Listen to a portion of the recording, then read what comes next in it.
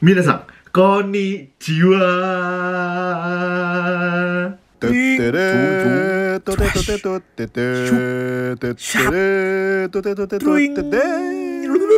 Oke guys, jadi di video kali ini bukan Draw My Life yang aku buat, tapi ada channel namanya Draw My Life Indonesia buatin Draw My Life tentang aku. Nah, sebenarnya videonya itu diupload tanggal 29 Januari 2020 dan aku baru nonton sampai menit ke 1. Aku sebenarnya penasaran apakah ceritanya bakal benar atau enggak, karena channel Draw My Life Indonesia ini sebelumnya enggak wawancara aku atau enggak tanya-tanya tentang aku, yang artinya mungkin mereka dapat informasi dari YouTube aku atau misalnya dari buku aku atau mungkin dari media-media lain yang pernah wawancara aku. BTW, kalau kalian belum tahu, aku punya buku namanya Buku Matamu Jiwa. Ini bestseller. Terima kasih buat semua yang sudah pernah beli. Nah, ini bukunya tentang perjalanan hidup aku dari awal, dari lahir sampai sekarang. Dan isinya juga ada quotes-quotes yang aku suka. Misalnya, hasil tidak akan mengkhianati usaha. Wadidaw jiwa. Terus aku juga ceritain banyak tentang pengalaman aku ikut pidato bahasa Jepang dan sebagainya. Jadi sebenarnya cerita di sini tuh lengkap banget. Kalau kalian mau beli ini, kalian bisa beli toko buku atau di toko buku online Gramedia atau di online store lainnya. Oke? Oke, kalau gitu kita langsung nonton aja ya. Mantap jiwa. Let's go. Hai, selamat datang kembali di channel Draw My Life Indonesia. Oke, selamat Jerome datang. Pauline Sijabat atau lebih akrab disapa Jerome, Pauline Sijabat, lahir di Jakarta 2 Mei 1998 dari Bapak Marujahan Sijabat. Mungkin kalian belum tahu, nama aku Jerome Pauline Sijabat. Ada Sijabatnya. Nah, itu marga dari papaku. Papaku orang Batak, mamaku orang Chinese. Jadi aku blasteran Batak Chinese, tapi tetap Indonesia. Mantap jiwa. Next. Marujahan Sijabat yang merupakan seorang pendeta dan Ibu Krisi Ramensa yang merupakan bagus ibu rumah banget. tangga. Dan Jerome lahir sebagai anak kedua dari keluarga yang sederhana dengan kakak bernama Jehian Sijabat dan adik bernama Jesse Sijabat. Nah, sebenarnya kakak aku namanya Jehian Panangian Sijabat.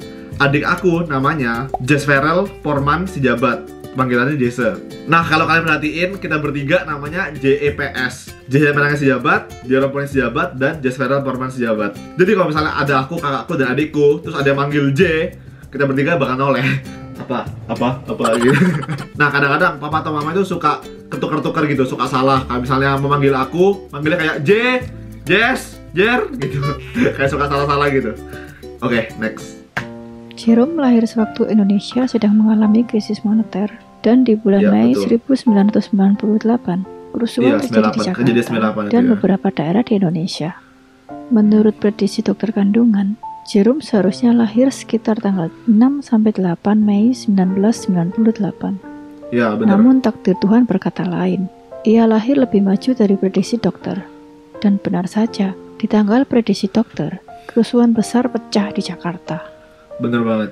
Ini benar-benar suatu mujizat dan berkat dari Tuhan sih. Karena kalau misalnya lahirnya sesuai prediksi dokter, mungkin aku nggak selamat atau kondisinya bakal parah. Next. Saat bayi, Jerome bahkan tak bisa mendapatkan asupan gizi yang baik. Orang tuanya tak mampu beli susu. Jangankan membeli susu, mencukupi kebutuhan sehari-hari saja sangat sulit. Ditambah adanya penjarahan di sejumlah titik di Jakarta. Sehingga barang-barang bahan pokok sangat sulit didapat dan harganya merangkak naik. Di tahun 2004, Jerome dan keluarganya pindah ke Surabaya. Kala itu ia berusia 6 tahun dan baru akan masuk SD. Kedua orang tua Jerome sempat kesulitan mencari sekolah dengan biaya yang terjangkau. Sampai pada akhirnya ia dan sang kakak mendapat bantuan beasiswa dari IPH School Surabaya yang dapat dikategorikan sebagai sekolah swasta nasional plus dengan bayaran mahal. Di sekolah ini teman-teman Jerome mayoritas merupakan anak-anak dengan ekonomi berada di Surabaya. Disinilah cita-cita Jerome bermulai. Sehabis liburan sekolah, biasanya teman-teman sekolah Jerome akan saling bercerita mengenai liburan mereka. Mayoritas teman-temannya menghabiskan waktu liburan di luar negeri, sementara Jerome hanya liburan di dalam negeri. Jerome kecil kala itu mulai terinspirasi dan bertekad untuk bisa pergi ke luar negeri bersama keluarga. Ia berpikir pendidikan adalah satu-satunya cara agar bisa ke luar negeri. Berawal dari cita-cita Jerome kecil yang polos, hal ini yang dijadikan pegangan selama menjalani masa sekolah demi proses untuk mendapat beasiswa. Jadi sebenarnya yang mendorong aku untuk ke luar negeri adalah aku mau ke Disneyland. Karena teman-teman aku selalu cerita tentang Disneyland dan itu kayaknya seru banget. Nah, tapi kalau cuma pergi ke Disneyland kan cuma sebentar. Jadi aku mikir, gimana ya cara supaya bisa pergi ke Disneyland yang lama? Akhirnya aku mikir, wah kuliah di luar negeri, karena kuliah kan 4 tahun tuh. Di situ aku bilang ke papa mama aku, "Pa, Ma, aku mau kuliah ke luar negeri." Di situ papa mama aku bilang, "Jangan minta papa mama, Jer, tapi minta ke Tuhan." Jadi dari SD itu aku udah mulai bertekad, aku akan pergi ke luar negeri dengan beasiswa gitu. Bahkan, sejak duduk di bangku SMP, ia sudah rajin mencari informasi kuliah di luar negeri dan bercita-cita Bener bisa banget. kuliah di NTU dan NUS di Singapura. Cita-cita Jerome untuk kuliah di luar negeri sempat tidak disetujui oleh orang tuanya karena kendala biaya. Namun, Jerome terus optimis bisa kuliah di luar negeri dengan mendapat beasiswa penuh. Bener-bener. Banyak yang bilang Jerome anak yang multitalenta. Padahal, untuk menguasai itu semua, Jerome pun membutuhkan latihan yang rutin, didukung dengan aturan di keluarga Jerome yang hanya memperbolehkan bermain game mulai hari Jumat sampai Minggu. Senin sampai Bener Kamis waktunya belajar Ya, dan fokus ya. mengembangkan skill. Ketika SMP, Ya. Jerome lebih banyak menghabiskan waktu dengan berolahraga, seperti futsal, basket, pingpong, bahkan juga mengasah skill musiknya seperti piano, drum, dan gitar. Kemudian saat SMA, Jerome juga aktif di paduan suara sekolahnya, dan mulai serius menyusun strategi agar dirinya bisa kuliah di luar negeri. Oke, ini yang paduan suara itu, jadi sebenarnya aku udah mulai paduan suara dari SD. Jadi di kelas 6 sama di kelas 3 SMP itu aku ikut lomba nasional ya, mewakili Jawa Timur, dan puji Tuhannya dua-duanya dapat emas. Yeay. Terus di SMA aku ikut lomba paduan suara 2 kali tingkat internasional. Yang pertama di Manado.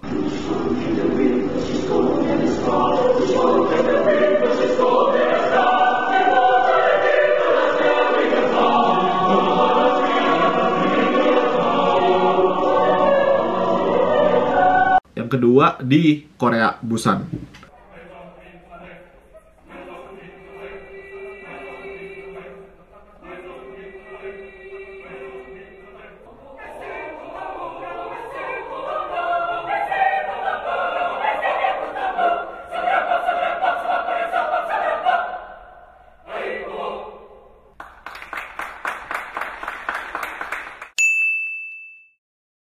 Ia mendapat masukan dari gurunya untuk mulai terjun ke dunia olimpiade.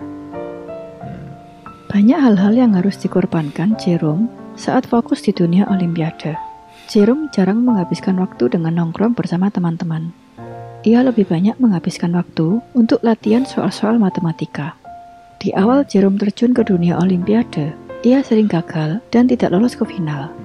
Hingga di kelas 11, akhirnya Jerome berhasil juara 3 Olimpiade Matematika di Universitas Brawijaya pada tahun 2014.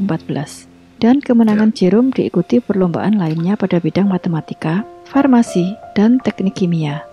Bahkan, hadiahnya berupa tiket undangan dan beasiswa penuh dari beberapa universitas di Indonesia. Jadi pas aku SMA, kan aku mau ikut Olimpiade nih guys. Terus aku tuh merasa kalau persiapan itu kurang banget, karena saingan-sainganku itu semua udah pada mulai dari SD.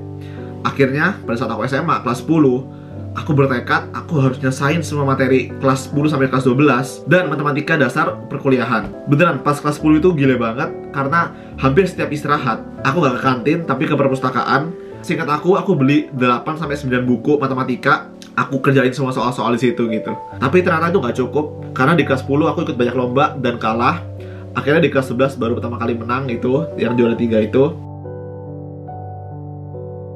Dan seterusnya, puji Tuhan bisa menang banyak perlombaan. Mungkin banyak orang hanya melihat, wah Jerome hebat ya, bisa menang ini, bisa menang itu. Padahal di balik itu, aku sering banget gagal, sering banget kalah. Tapi prinsipku adalah, kalau kita gagal 9 kali, kita harus bangkit 10 kali. Kita akan benar-benar menjadi gagal kalau misalnya kita menyerah. Jadi selama kita belum menyerah, kita belum gagal. Jadi kalau misalnya kita gagal sekali, gagal 2 kali, terus coba. Kita gagal hari ini, belum tentu kita gagal besok. Misalnya besok pun kita gagal, belum tentu kita gagal minggu depan. Kesempatan itu ada banyak, tinggal kitanya sendiri mau mencoba atau enggak. Semangat! Tak berhenti di situ. Catatan prestasi yang pernah ia raih antara lain juara 1 Olimpiade Matematika Nasional UNM, juara 1 Industrial Engineering Games ITS, medali emas International Kangaroo Mathematics Competition, juara 3 Olimpiade Teknik Kimia Nasional Universitas Widya Mandala, dan juara 3 Olimpiade Matematika Universitas Wijaya Kusuma. Sejak Januari 2016, Jerome mulai mengikuti ujian-ujian tes universitas impiannya, yaitu NTU dan NUS. Pada Februari 2016, Jerome harus menerima kenyataan bahwa dirinya tidak diterima di NUS. Kemudian, disusul pada bulan Maret, ia mendapat email penerimaan dari NTU, namun tanpa beasiswa. Jerome masih ingin mengejar cita-citanya untuk mendapat beasiswa penuh, karena baginya kuliah di luar negeri tanpa beasiswa akan sangat berat. Bener banget. Jadi yang di NTU guys, aku cuma dapat beasiswa setengah ya, 50%. Meskipun kayak gitu, 1 tahun kuliah di NTU itu bisa beli mobil guys. Tapi waktu itu papa mama aku bilang, yaudah nggak apa-apa, nanti papa mama bisa jual mobil, bisa jual apa, bisa jual itu. Ya tapi aku nggak mau kayak gitu dong. Kan aku mau ke luar negeri untuk membahagiakan dan membanggakan kedua orang tua aku. Kalau misalnya aku kuliah ke luar negeri, tapi orang tua aku sengsara, ya buat apa gitu? Ya nggak ada gunanya gitu. Pada Februari 2016, Jerome yang sempat putus asa melanjutkan S1 di luar negeri, kemudian mendapat info dari kakak Jerome, Bang Ian, mengenai pendaftaran beasiswa Mitsui Busan dengan lama studi 5,5 tahun di Jepang. Mulai dari tahap seleksi berkas, tes tulis, kesehatan, hingga wawancara Jerome lewati. Sampai pada akhirnya ia mendapat kabar dari pihak penyelenggara bahwa dirinya berhasil mendapat 1 dari 2 beasiswa. Perjuangan Jerome rasanya tidak pernah berhenti. Pertengahan 2016, Jerome memulai studinya di Jepang dengan pelatihan bahasa Jepang selama sebulan. Kemudian ia juga harus ikut tes EJU, Examination for Japanese University, yang berisi tes bahasa, kimia, fisika, matematika dalam bahasa Jepang, yang nantinya digunakan untuk mendaftar di universitas terkenal di sana. Jerome akhirnya diterima di kampus top Jepang, Waseda University, jurusan matematika terapan. Meski sempat kesulitan belajar bahasa Jepang, Jerome pada Februari 2017 nekat ikut lomba pidato bahasa Jepang. Dengan latihan terus-menerus, Jerome yang baru 5 bulan latihan bahasa Jepang pun mendapat penghargaan sebagai salah satu dari 2 peserta terbaik. Kalau flashback ke masa-masa perjuangan belajar bahasa, berarti aku juga pernah buat video tentang itu. Itu bener-bener kalau aku flashback, kayaknya aku nggak mau ngulangi masa-masa itu deh guys. Masa-masa dimana aku tiap hari tuh stres banget buat belajar bahasa Jepang, matematika, fisika, kimia demi menghadapi tes IJU itu dan tes masuk kampus-kampus di Jepang ini. Bahkan akhirnya yang keterima di Waseda selain aku, hampir semuanya orang Tiongkok dan Korea. Jadi bener-bener orang Indonesia dan orang selain Tiongkok dan Korea itu cuma aku doang gitu. Sesulit itu perjuangannya dan wah gila sih, dulu stres banget. Di Jepang, Jerome memulai channel YouTube Nihongo Mantapu pada 23 Desember 2017 bersama Kevin, sesama orang Indonesia yang ia kenal ketika sedang mengisi acara Natal orang Manado di Jepang dengan bermain piano. Nihongo Mantapu diambil dari kata Nihongo yang berarti bahasa Jepang, dan Mantapu diambil dari kata mantap yang disesuaikan dengan pelafalan dalam bahasa Jepang. Sebagai YouTuber, Jerome tentu pernah kecewa karena video-videonya hanya sedikit penonton. Belum lagi konten edukasi yang disuguhkan Jerome kurang diminati. Namun, ia tetap gigih dan bertekad untuk mengupload video di YouTube 2 kali dalam seminggu. Saat sedang semangatnya merintis channel YouTube, Kevin memutuskan untuk mundur dari Nihongo Mantapu karena ingin fokus pada perkuliahannya. Hal ini sempat membuat Jerome bingung harus melanjutkan channelnya atau tidak. Namun pada akhirnya, Jerome tetap melanjutkan channelnya dengan konten video yang semakin beragam, seperti kehidupannya sebagai mahasiswa Jepang dan motivasi yang lebih banyak menarik penonton. Kini, channel Nihongo Mantapu sudah mencapai 2,6 juta subscriber dengan pendapatan per bulan 298 juta hingga 1 miliar yang dikutip dari noxinfluencer.com. Nggak segitunya ya, ini pendapatan kalau misalnya dibandingin sama orang-orang luar negeri. Kalau di Indonesia nggak segininya sih. Ini jauh lebih besar daripada yang sebenarnya para YouTuber itu terima. Karena kadang-kadang website itu mengacu pada YouTuber-YouTuber luar negeri, sedangkan orang Indonesia itu kecil banget. Jauh lebih kecil daripada yang luar negeri. Di channel ini selalu dimulai dengan kata pembuka konnichiwa dan mantapu jiwa sebagai penutupnya. Mantapu jiwa. Jerome juga sering tampil di acara TV, misalnya Hitam Putih di Trans 7, Ini Talk Show, Net TV, dan Kick Andy di Metro TV. Selain itu, dia juga beberapa kali diundang sebagai pembicara dan membagikan pengalaman hidupnya di berbagai tempat seperti Universitas Indonesia, Universitas Jambi, SMAN 15 Surabaya, dan IPH School. Itu dia sosok inspiratif Jerome, mahasiswa sekaligus influencer dengan segala perjuangannya dalam menggapai cita-cita meraih beasiswa di luar negeri. Jerome percaya, kegagalan demi kegagalan yang pernah ia alami adalah yang mengantarkannya ke titik sekarang. Seperti kata Jerome di buku Mantapu Jiwa, memang ada banyak jalan menuju Roma. Namun tak selalu Roma yang kita inginkan adalah yang terbaik. Mungkin ada Roma lain yang sudah dipersiapkan Tuhan untuk kita. Terima kasih sudah menonton video ini hingga akhir. Jangan lupa like, subscribe, dan komen di kolom komentar apabila ada artis atau tokoh yang ingin kalian tonton selanjutnya. Keren.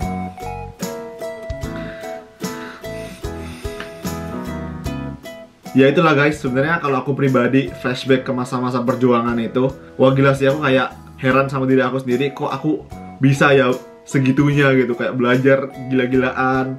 Bahkan dulu ya guys, aku sering banget menghapus Instagram, menghapus game supaya aku bisa fokus belajar gitu. Tapi aku terus percaya kalau misalnya hasil tidak akan mengkhianati usaha. Dan aku percaya kalau kita berusaha, kita berdoa, kita terus mengandalkan Tuhan, nggak ada yang mustahil.